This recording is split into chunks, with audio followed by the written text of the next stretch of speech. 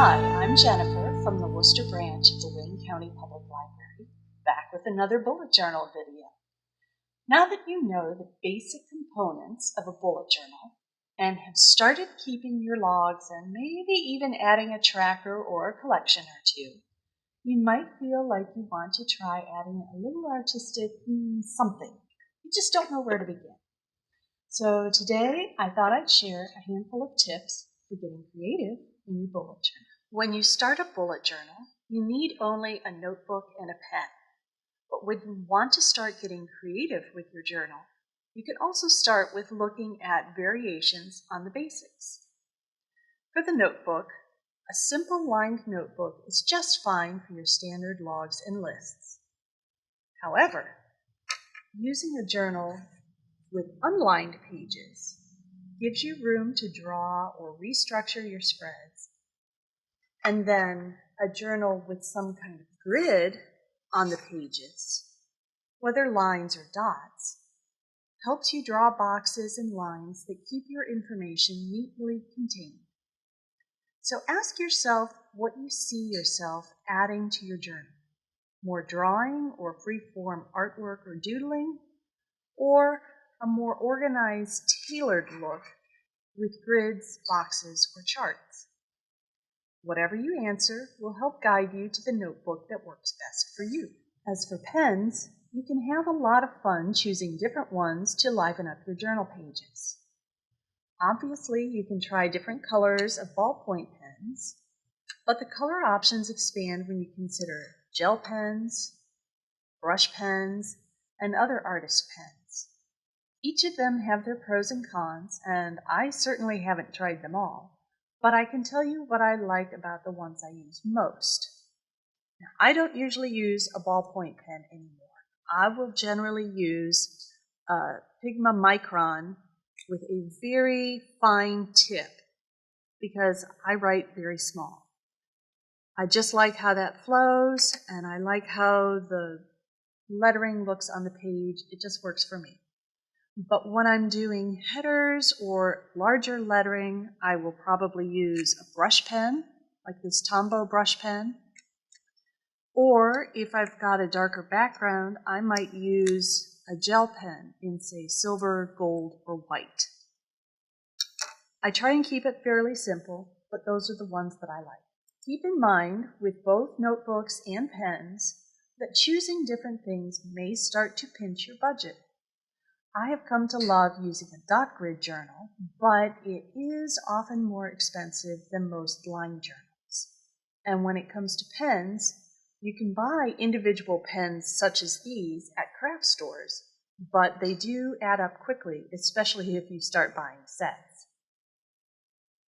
I also find a ruler to be absolutely necessary when I set up my spreads for the month, even though I have a dot grid notebook. Because I can't trust myself to draw a straight line. I mean, you can see here, they're not that perfectly straight. I do like my pages to look neat, so I can be a little obsessive in saying, yes, for this, I'm going to pull out the ruler. Now, whether or not you use a ruler is totally up to you. I have also used stencils for adding details to my pages. A friend gave me this set of bullet journal stencils a couple of years ago, and they have helped me to draw boxes or banners or little dots or boxes for lists, other various icons and details on my pages. I'm starting to see some of these in craft stores, but you may have to search online if you want to find a really nice set, kind of like this. If you don't like drawing your own spreads, especially some of the trackers, I highly recommend you search online for bullet journal printables, and you can find a lot of them that are free.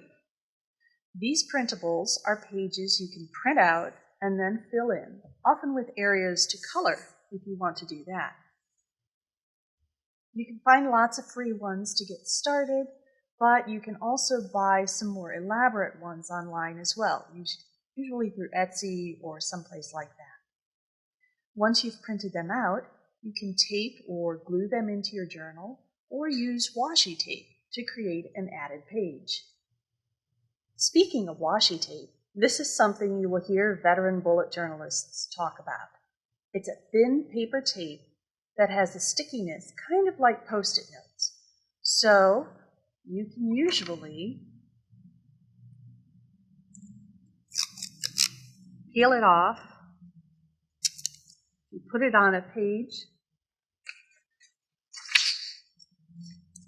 put it down, then decide, no, I did that wrong. You can pull it back up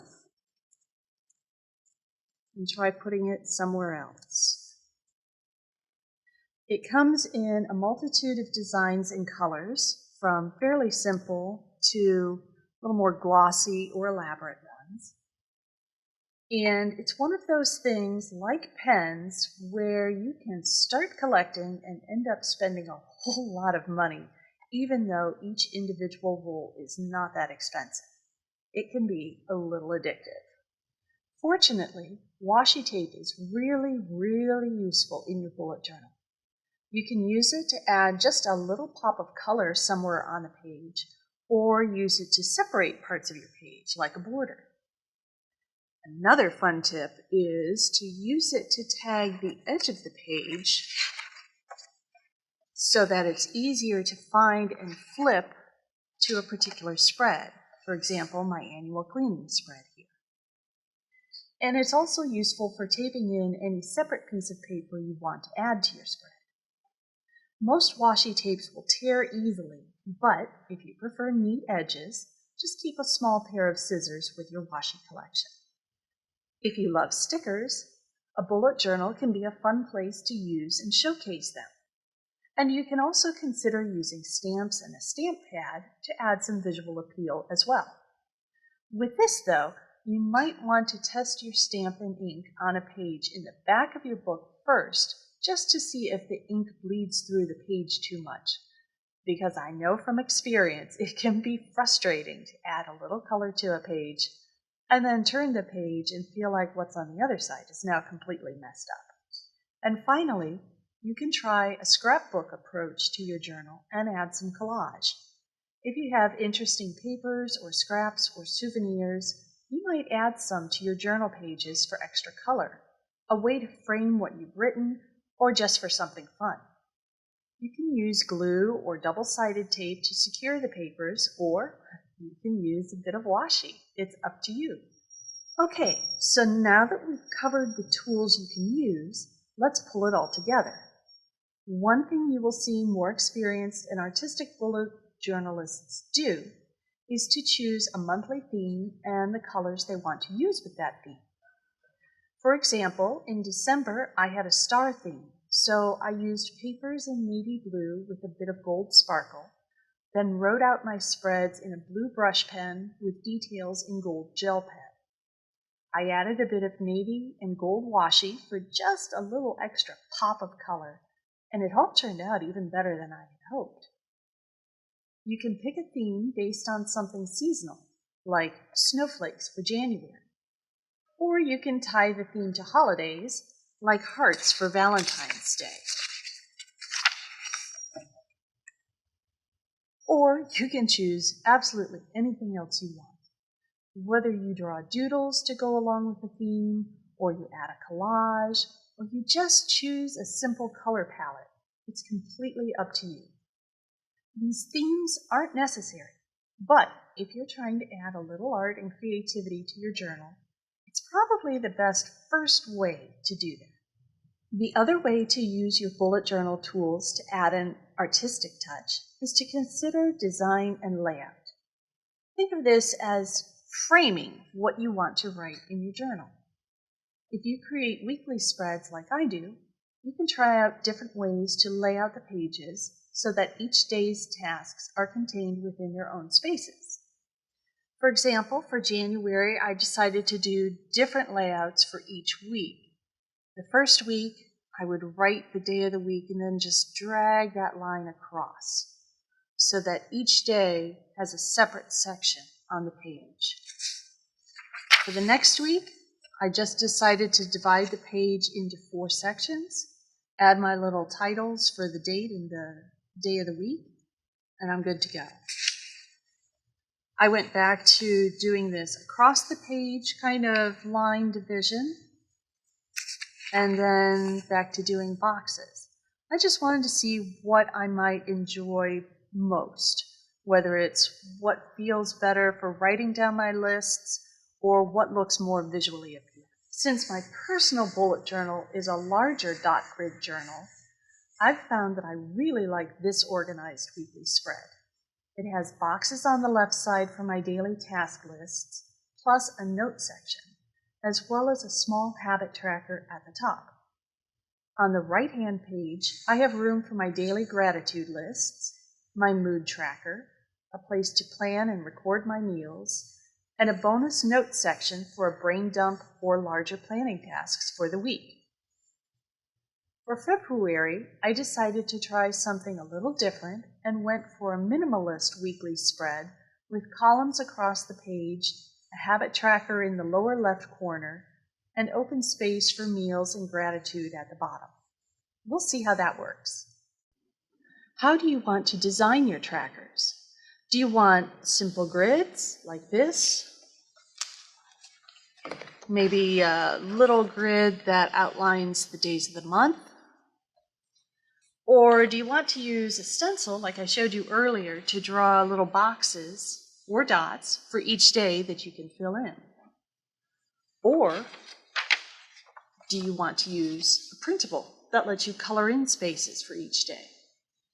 You could start with something simple, and then if you want to try something a little more visually appealing, just give it a shot and pay attention to what works best for you. Do you like to have lots of white space or empty room around the information you include in your journal? Then you'll want to design your logs and collections with plenty of space, and maybe only a few decorative elements on the page.